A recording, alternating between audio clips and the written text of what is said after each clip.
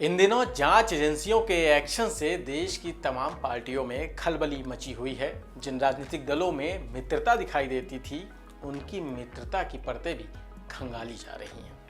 आम आदमी पार्टी का संकट आगे भी और बढ़ सकता है। वहीं कुछ महीने पहले राष्ट्रीय पार्टी का तमगा हासिल करने वाली बीआरएस की मुश्किलें भी बढ़ती दिख रही हैं।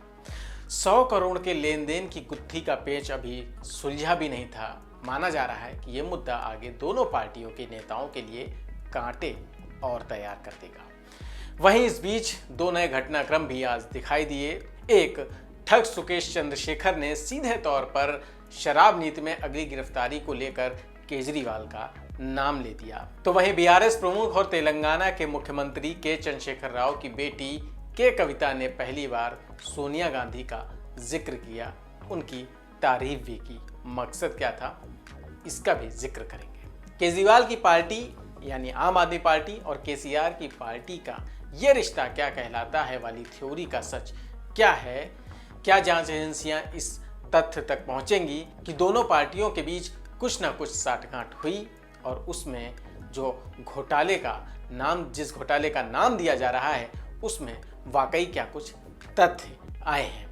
क्या केजरीवाल केसीआर के दांवपेच में फंस गए? ठग सुकेश चंद्रशेखर ने जिस बेबाकी से केजरीवाल का नाम लिया, क्या वाकई गिरफ्तारी का अगला नंबर केजरीवाल का है? इन तमाम बातों का जिक्र करेंगे। सबसे पहले बात करते हैं आज ठग सुकेश चंद्रशेखर की। सुकेश चंद्रशेखर ने पटियाला हाउस कोर्ट में अपनी पेशी के दौरान आरोप लगाते हुए कहा कि शराब नीति में अगली गिरफ्तारी दिल्ली के मुख्यमंत्री अरविंद केजरीवाल की होगी। मनीष सिसोदिया की गिरफ्तारी को लेकर पूछे गए एक सवाल के जवाब में उसने कहा कि केजरीवाल वजीर हैं, वे अपना टास्क बखूबी निभा रहे हैं, एक एक का पर्दाफाश करूंगा।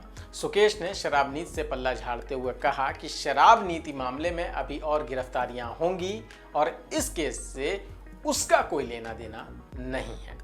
सुकेश इससे पहले भी कई तरह के दावे कर चुका है।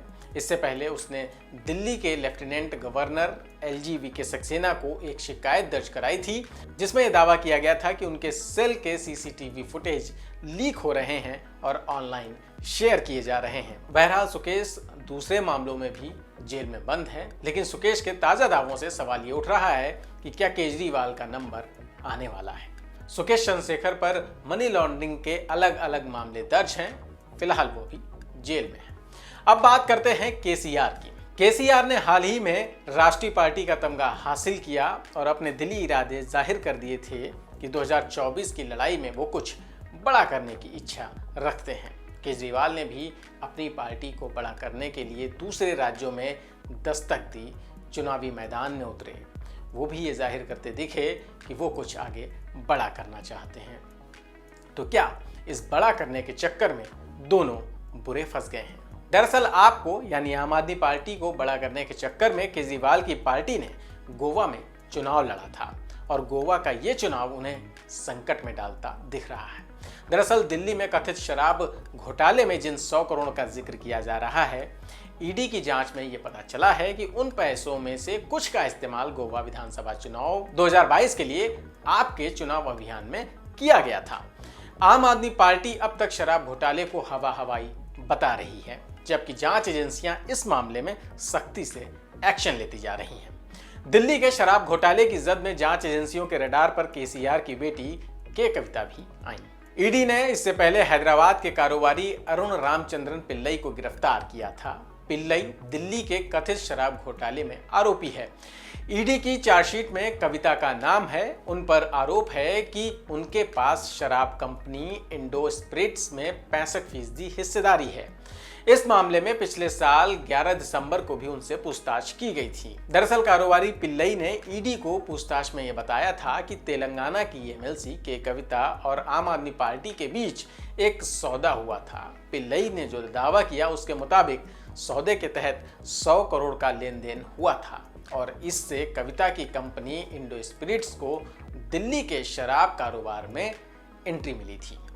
इसी मामले की जांच के चलते अब कविता को ईडी ने उन्हें 9 मार्च को पूछताछ के लिए बुलाया था, लेकिन अब वो 11 मार्च को पेश होंगी। इस बीच कविता ने आज दिल्ली में जंतर मंतर पर धरना प्रदर्शन किया।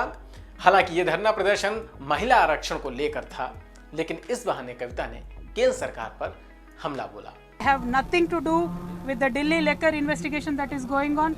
This is a baseless allegation made on me by Bharatiya Janata Party just to make sure they malign the reputation of our family, and I'm so sorry to tell them it is not going to work. कविता इससे पहले भी कह चुकी हैं कि जांच के नाम पर राजनीतिक मकसद छुपे हैं। ये और कुछ नहीं बल्कि राजनीतिक उत्पीड़न है। एक तरफ जहां कविता केंद्र सरकार पर हमलावर है, तो वहीं दूसरी ओर वो कांग्रेस पर भी बयान देकर सबको चौंका रही हैं। पहले कविता ने कांग्रेस को क्षेत्रीय पार्टी का तमगा देकर कांग्रेस की खिंचाई की, तो वहीं जब दिल्ली आई तो उन्होंने महिला आरक्षण बिल को लेकर सोनिया गांधी की तारीफ की। उन्होंने कहा कि मैं सोनिया गांधी को धन्यवाद देती हूं कि उन्होंने महिला आरक्षण बिल को संसद में न केवल पेश कराया था बल्कि अन्य दलों को समर्थन के लिए भी मना लिया था। कविता की इस तारीफ में क्या कुछ छिपा है, ये तो आने वाले दिनों में ही पता चलेगा। जाते जाते सिसोदिया पर भी अपडेट जान लीजिए। मनीष सिसोदिया को सीबीआई के बाद ईडी ने गिरफ्तार कर लिया था। शराब नीति को लेकर सीबीआई वाले मामले में जमानत पर सुनवाई अब 21 मार्च के लिए टाल दी गई है। वहीं दिल्ली के आबकारी नीति मामले से जुड़े मनी लॉन्ड्रिंग केस में मनीष सिसोदिया को राउज़ेवनी कोर्ट ने 7 दिन के लिए ईडी की रिमांड पर भेज दिया है।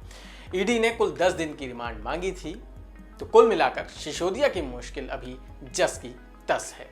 पूछताछ और जांच एजेंसियों में आगे जो कुछ भी होगा उसका अपडेट हम आप तक जरूर पहुंचाएंगे। कुल मिलाकर इस मामले में आपकी क्या कुछ राय है, कमेंट सेक्शन में लिखकर जरूर बताइएगा। फिर मिलेंगे नए मुद्दे के साथ। नमस्कार।